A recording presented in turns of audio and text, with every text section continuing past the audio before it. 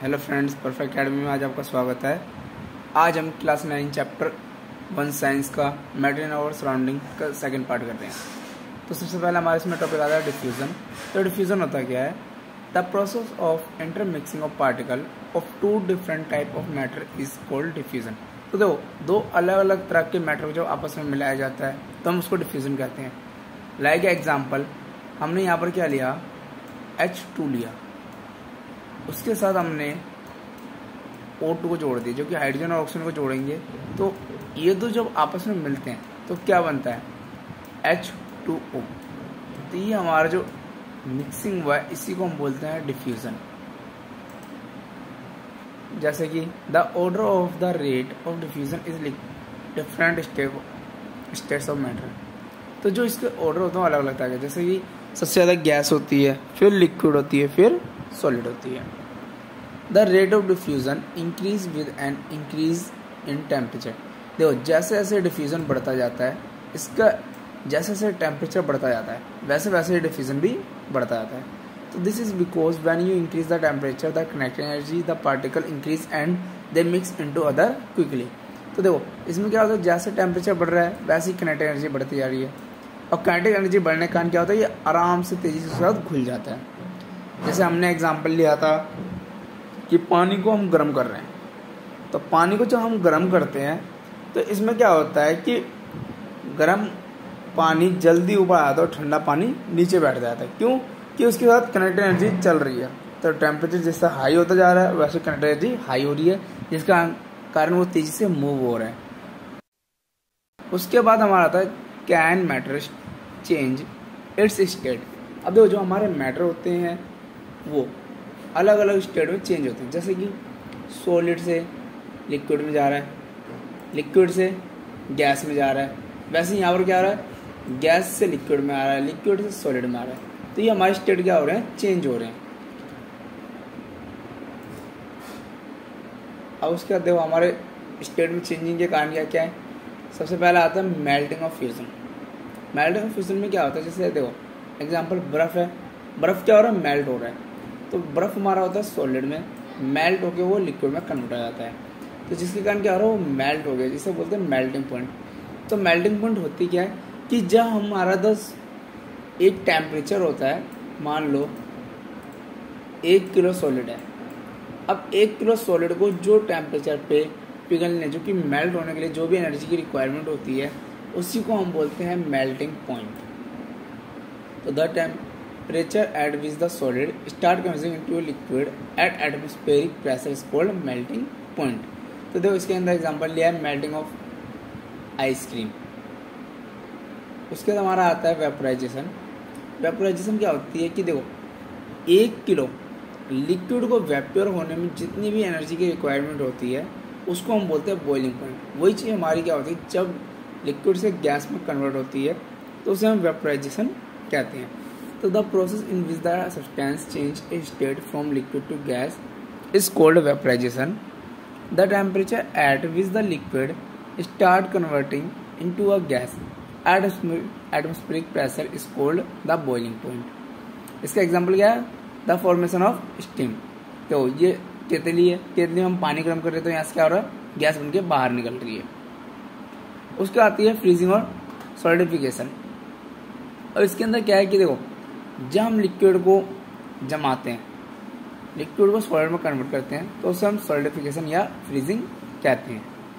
उसके बाद है सबलिशन। सबलिशन में क्या होता है कि सॉलिड को डायरेक्ट गैस में कन्वर्ट किया जाता है और गैस को डायरेक्ट सॉलिड में कन्वर्ट किया जाता है, तो उसे हम सबलिशन कहते हैं। इसका मेन एग्जांपल है ड्राई आइस। ड्राई आइस को हम कार्बन डाइऑक्साइड भी कहते हैं। उसके बाद है कॉन्सिडेशन। कॉन्सिडेशन क्या होता है, जैसे हमने गिलास में पानी लिया ठंडा, तो ठंडे पानी पे क्या होता है कि बाहर पानी की बूंदें दिखाई देने लगती हैं, तो हमारा वो कॉन्सिडेशन होता है। तो ये क्या होता है, देखो, state from gas to liquid. जब स्टेट गैस से लिक्विड कन्वर्ट होता है तो उसे हम कॉन्सिडेशन कहते हैं। उसके बाद है डिपोजिशंस। डिपोजिशंस क्या होता है, जब हम गैस से सॉलिड में कन्वर्ट हो रहे हैं तो उसे हम डिपोजिशंस कहते हैं। जैसे एग्जांपल देख सकते हो, पत्तियों पे बहुत सारी बर्फ की तरह जमी हुई है। अगला इफेक्ट ऑफ टेम्परेचर। अब देखो, टेम्परेचर मैटर को कैसे इफेक्ट डालती है। तो when the temperature of matter is increase, अब देखो जैसे जैसे हमने पढ़ा टेम्परेचर इंक्रीज होता है तो काइनेटिक एनर्जी भी इंक्रीज होती जाती है। तो ये क्या होता है कि काइनेटिक एनर्जी इंक्रीज होने के कारण ये बहुत तेज़ी से मूव करने लगता है, फ्रीली मूव होता है। और जैसे जैसे काइनेटिक एनर्जी डिक्रीज होती जाती है, टेम्परेचर डिक्रीज होगा, ऐसे ऐसे ये बहुत ही धीरे हो जाएगा, बहुत धीरे धीरे वर्क करेगा। तो इसको देखो, टेम्परेचर को नापने के दो मेथड हैं, या तो केल्विन नाप लो या सेल्सियस में। तो इसका फॉर्मूला क्या है? केल्विन निकालने का फॉर्मूला है सेल्सियस में 273.15 को ऐड कर दिया जाए तो हमारा केल्विन में कन्वर्ट हो जाएगा। ऐसे हम क्या करें कि सेल्सियस निकालने केल्विन गिवन हो तो 273 को इसमें से माइनस कर दोगे तो हमारा सेल्सियस निकल जाएगा। अब आती है latent of heat. Latent of heat का मतलब जो छुपी हुई एनर्जी होती है, जैसे कि हमने ऊपर पढ़ा कि मेल्टिंग पॉइंट या बॉइलिंग पॉइंट को कैसे कन्वर्ट किया, कितनी एनर्जी की रिक्वायरमेंट होती है, तो वो हमको दिखाई नहीं देती, वो एटमॉस्फेयर में छुपी होती है, जिसे हम बोलते हैं लेटन ऑफ हीट।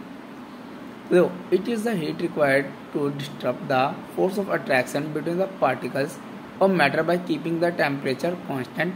जो टेम्परेचर कांस्टेंट हो, कांस्टेंट का मतलब कि हम उसमें कोई बदलाव नहीं कर रहे। जैसे नॉर्मल हमारा कमरा है, कमरे में नॉर्मल टेम्परेचर है, एसी उसी कुछ चालू नहीं कर रहे, लेकिन उस पर क्या होता है 1 किलो सॉलिड कन्वर्ट हो जाती है लिक्विड में। तो जिस एटमॉस्फेयर प्रेशर पे वो कन्वर्ट हुआ उसी को हम बोलते हैं मेल्टिंग पॉइंट। अब मेल्टिंग पॉइंट में जो एनर्जी छुपी हुई है उसी को बोलते हैं लेटेंट हीट ऑफ फ्यूजन। ऐसे ही हमारा अगला एग्जांपल है बॉइलिंग पॉइंट के ऊपर। तो बॉइलिंग पॉइंट में हमारा होती है the latent heat of vaporisation. Same यही है कि एक कमरे के तापमान पे 1 किलो वाटर को जो हम क्या करते हैं ऐसे रखे रखे वो गैस में धीरे धीरे कन्वर्ट हो रही है गर्मी के मौसम में, तो उसके अंदर जो एनर्जी छुपी हुई है उसी को बोलते हैं the latent heat of vaporisation. अब आता है इफेक्ट ऑफ प्रेशर। प्रेशर का क्या इफेक्ट है? The gases have the most space between their particle and solid have the least. तो देखो गैस के अंदर बहुत सारा स्पेस होता है लेकिन सॉलिड में बहुत ही कम होता है। कि हमने ऊपर भी सॉलिड और गैस की प्रॉपर्टी पढ़ी थी कि हम गैस को बहुत ज़्यादा कंप्रेस कर सकते हैं लेकिन सॉलिड को नहीं कर सकते। क्यों? कि गैस के अंदर बहुत सारी गैसेस हैं, स्पेस है जिसको हम दबा सकते हैं, लेकिन सॉलिड के अंदर बहुत कम है तो उसको हम दबा नहीं सकते। So solid and liquid are incompressible and have the negligible effect of pressure change on their change in state. तो देखो इसके अंदर क्या होता है, इनकम्प्रेसिबल होता है, इसको हम ज़्यादा चेंज नहीं कर सकते। When the pressure of gas is increase, तो जैसे जैसे हम प्रेशर गैस पे लगाएंगे वो बढ़ता जाता है। और kinetic energy of the molecule is decrease, और उसकी जो काइनेटिक एनर्जी होती है वो धीरे धीरे घटती जाती है, जिसके कारण क्या होता है कि हम छोटे से भी कंटेनर में बहुत सारी गैस को स्टोर कर लेते हैं, वो बहुत ही क्लोज आ जाती है, पास पास आती है। इसका बेस्ट एग्जांपल हमने दिया है एलपीजी और सीएनजी कि हमने सिलेंडर देखे हैं, एलपीजी सिलेंडर देखे, सीएनजी सिलेंडर देखे हैं। इसके अंदर बहुत सारी गैसेस को हम क्या करते हैं, दबा के कंप्रेस करके डाल देते हैं।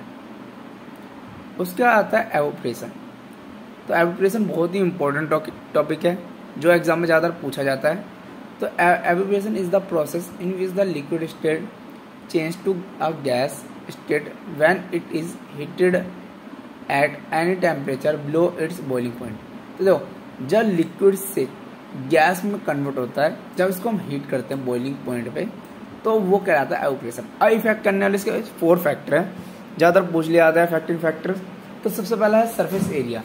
तो सरफेस एरिया क्या होता है, the rate of evaporation increase with an increase in surface area. For example, the water on the road dry up quickly as compared to water in pothole. तो देखो इससे बड़े दूसरा एग्जांपल देता हूँ। आपने एक कप लिया, अब कप के अंदर आपके पास क्या थी, उसके अंदर टी रखी है जो कि चाय। अब कप में हम जब चाय को पीते हैं तो ये गर्म है, लेकिन हम इसी चाय को धीरे धीरे प्लेट में डाल के पिए तो क्या होगा, ये जल्दी ठंडी हो जाएगी। ये क्या हो जाएगी, जल्दी ठंडी हो जाएगी। लेकिन इस पे रहे कप में तो ये हीट हॉट ज़्यादा जाती है, गर्म होती है। तो ये बता रहा है कि जैसे जैसे सरफेस बढ़ता जाता है वैसे वैसे क्या होती है, एनर्जी इंक्रीज होती है, जिसके कारण एवोपरेशन की स्पीड तेज हो जाती है। अगला टेम्परेचर है। The increase in temperature will increase the rate of evaporation जैसे जैसे टेम्परेचर बढ़ रहा है वैसे वैसे एवेपोरेशन बढ़ रहा है। जैसे example, wet cloth dries quickly in the hot summer than in winter. देखो, गर्मी के मौसम में कपड़े जल्दी सूख जाते हैं, लेकिन ठंडी के मौसम में नहीं सूखते। अगला, वाइंड स्पीड। जैसे जैसे वाइंड स्पीड बढ़ती जाती है वैसे वैसे इंक्रीज होती जाती है एवेपोरेशन की रेट। जैसे वेट हेयर ड्राई, अब देखो हवा चल रही है, बाल गीले हैं, तो हम हेयर ड्राई यूज़ करते हैं तो क्या होता है, उससे हमारे बाल जल्दी सूख जाते हैं। उसके बाद आता है ह्यूमिडिटी। ह्यूमिडिटी जैसे जैसे इंक्रीज होती है एवेपोरेशन घटता जाता है, यहाँ पर उल्टा होता है। तो देखो, drying your wet cloth on a hot humid day take a lot of time to dry. तो देखो, ह्यूमिडिटी जब होती है, जब मान लो आर्द्रता होती है, तो क्या होता है, कपड़े सूखने में बहुत समय ज़्यादा टाइम लगता है। क्यों? जैसे मान लो विंटर मौसम है, अब यहाँ पर क्या है, ह्यूमिडिटी ज़्यादा होती है, नमी ज़्यादा आ जाती है। नमी के कारण क्या होता है कि कपड़े सूखने में बहुत ज़्यादा टाइम लगते हैं। उसके बाद है कूलिंग इफेक्ट। तो कूलिंग इफेक्ट में क्या है, the particle of liquid need certain energy. अब देखो, ठंडा करने के लिए क्या है, लिक्विड है, लिक्विड में जो एनर्जी पास होती है, जो कि एवेपोरेशन होगा, तो हम पे क्या होगा, ठंडा महसूस होगा। So the particle liquid take this energy from the surrounding and make the surrounding cooler. तो देखो, ये लिक्विड क्या करता है, एनर्जी की जगह लेता है, जिसके कारण वो ठंडा महसूस होता है। तो इसी को हम बोलते हैं कूलिंग इफेक्ट बाय एवेपोरेशन। तो the common application of cooling effect is precipitation.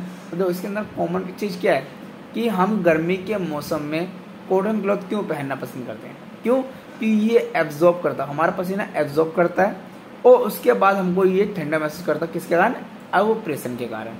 Video अच्छी लगी तो लाइक करना और शेयर करना। धन्यवाद।